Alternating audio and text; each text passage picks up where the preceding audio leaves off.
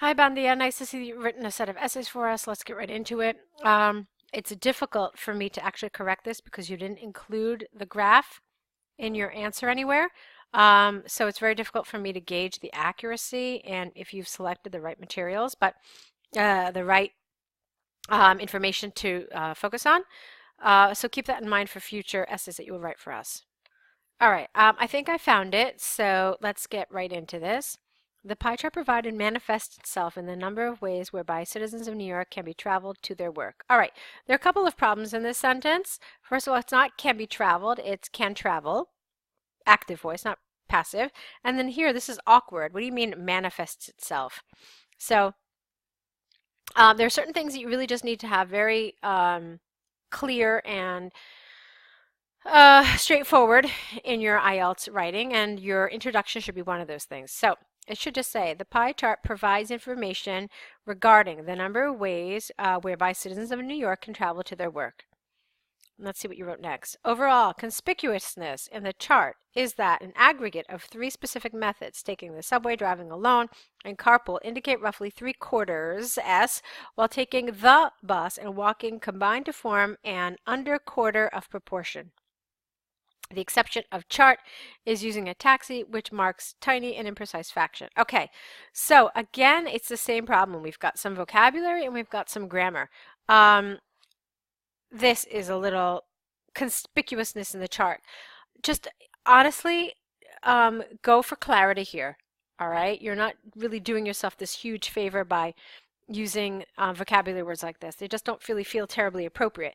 So instead, you could just say, overall, it is clear in the chart that three specific methods, taking the subway, driving alone, and carpool, account for roughly 3/4 S, while taking the bus and walking combined to form under 1/4 of the proportion. The exception, I don't know why it's an exception. It's not an exception. Let's see, 1, 2, 3, 4, 5. 1, 2, 3, 4, 5. Use a taxi, tiny. Okay, so it's not really an exception. It's just a different, it's just a small percentage. So you could have just said that. The smallest percentage is for taxi users, which marks a tiny and imprecise fraction. Well, I don't know if it's tiny and imprecise. You basically just have to add these up. I don't really want to do it for you, but you essentially could. Let's see, 24. Let's see, 24, 30. Right? Yeah, 24, 30, 55, 57, 67. That's not right. Okay, I added it. It's actually 3%. So you could have done that too. It's not really a big deal. So I don't really agree that it's, yeah, it is tiny, but it's not imprecise. You could have just done that addition and figured out that it's 3%. Okay. First of all, we can witness that the most substantial percentage, AGE here, is reflected in the why don't you just say in subway use at 42%. And followed by the second highest percentage, which is driving alone at exactly LY 1/4, whereas the percentage AGE of people carpooling is considerably small at merely 6%. Okay, however, when they go together to demonstrate a specific correlation, there's approximately 3/4 S at 73%. Turning to the rest of the choices, walking and taking the bus can be coupled to indicate alongside the quarter. I don't know what that means at all. What does that mean alongside the quarter? At 11 and 13% respectively. Eventually, no, not eventually, finally, using a taxi with the vague and sparse percentage therein is anomalous and scarcely active in the entire chart. Okay, now here's the good and here's the bad. The good is that your grammar is fine. The grammar is fine. Here's the bad. The bad is that this is not an overview. You got very specific, okay? Because you use data in your overview. And so there is really not much difference here with here. The only difference here is that you talked specifically about percentages specifically, but essentially it's the same paragraph, just in repeat. Your overview should have been something different. It should have been a more general kind of statement. And I think the most appropriate thing here would have been, by and large, the vast majority of New Yorkers take the subway or drive alone. Done. That's it. That's your overview. Okay? Or you could have said the largest proportion of New Yorkers takes the subway. Also, done. All right, those would have been appropriate overviews, and then you could have focused on the details in your remaining 2 paragraphs. So if you had done that, this would have been more appropriate, and then this also would have been more appropriate. So yes, number 1 is that your overview is a problem, because essentially your overview reads like a detailed paragraph. So an examiner could then say, well, there is no overview, it's just details, because it's impossible to distinguish your overview from your details. All right? And that will certainly do a disservice to your score. Let's see. And then there's a lot of effort to show high-level vocabulary and high-level grammar. Unfortunately, a lot of it falls flat. It's not task 1 vocabulary a lot of the times. Now, task 1 really does have very specific vocabulary, very specific language that we have to use. So keep that in mind. There's tons of resources all over the internet for appropriate task 1 vocabulary.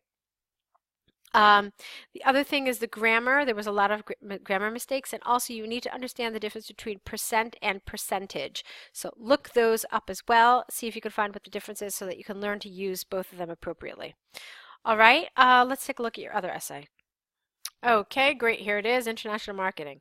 In this day and age, it is incontrovertibly true that international commerce invades countless countries, thereby constituting an intrusion into their lives and culture. However, with the benefit of flexible contact between countries, numerous people and I personally believe that it can be regarded as marvelous for us. In this essay, I will draw upon a number of studies in industrial psychology that concisely reveal the erroneous wrong spelling and valid sides of this controversial topic. Okay?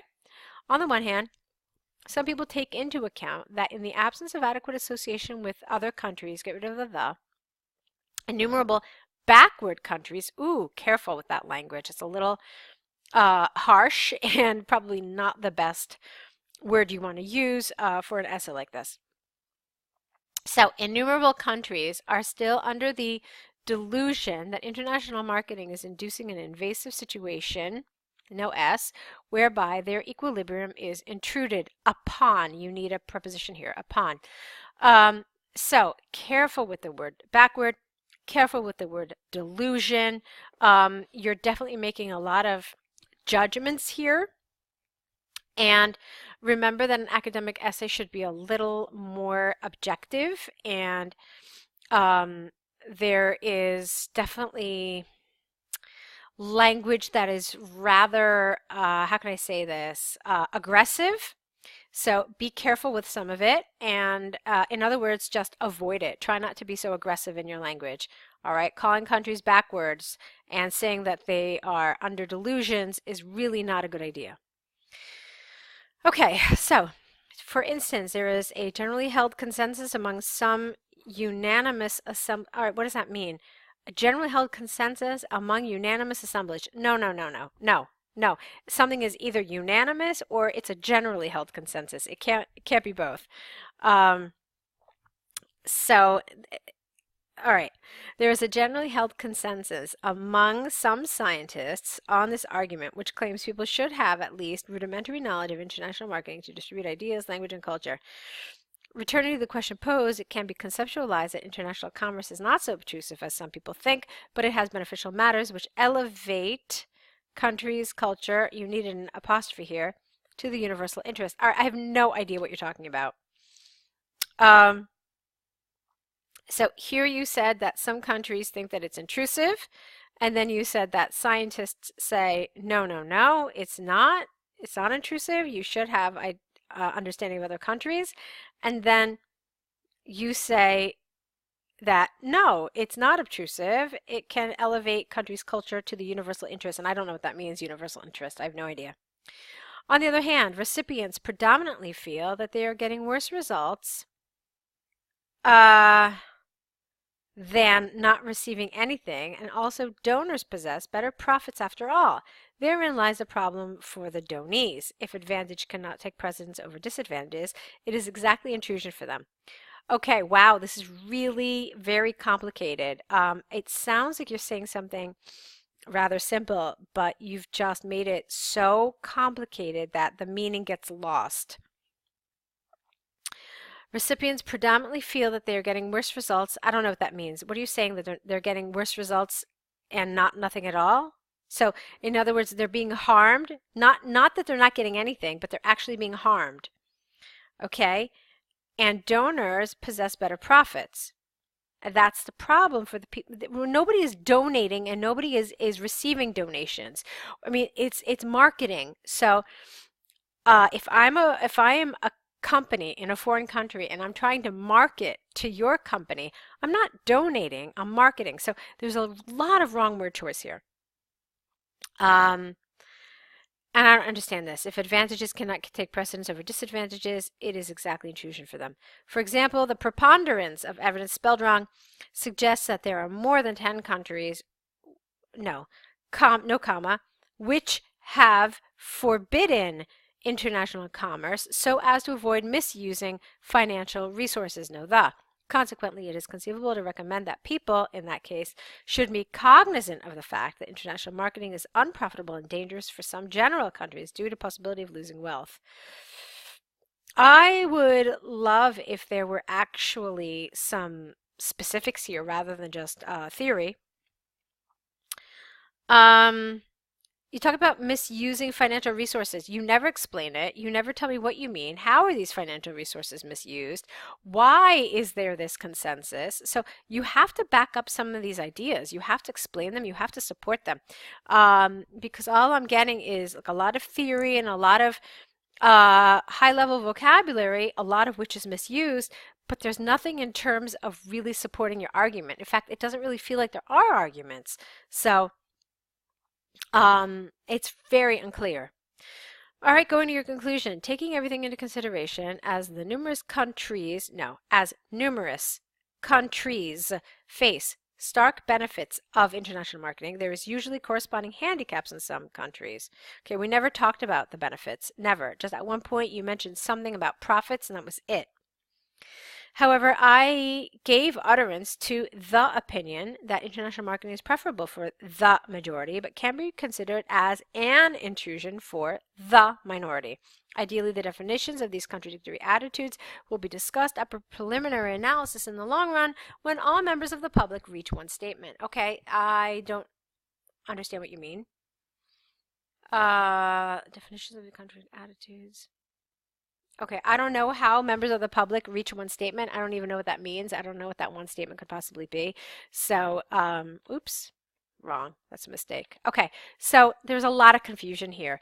What I want to see from you is I want to see you signing up to the online course. There's so much information in all of the lessons that I think will definitely help you in terms of structuring your answer, in terms of developing your answer, in terms of supporting your statements. Okay, I think something like this would really be very valuable for you. So please look into it. I'd like to see you on the course, as I've said already, and I hope I get to see more of your work in the future. Good luck.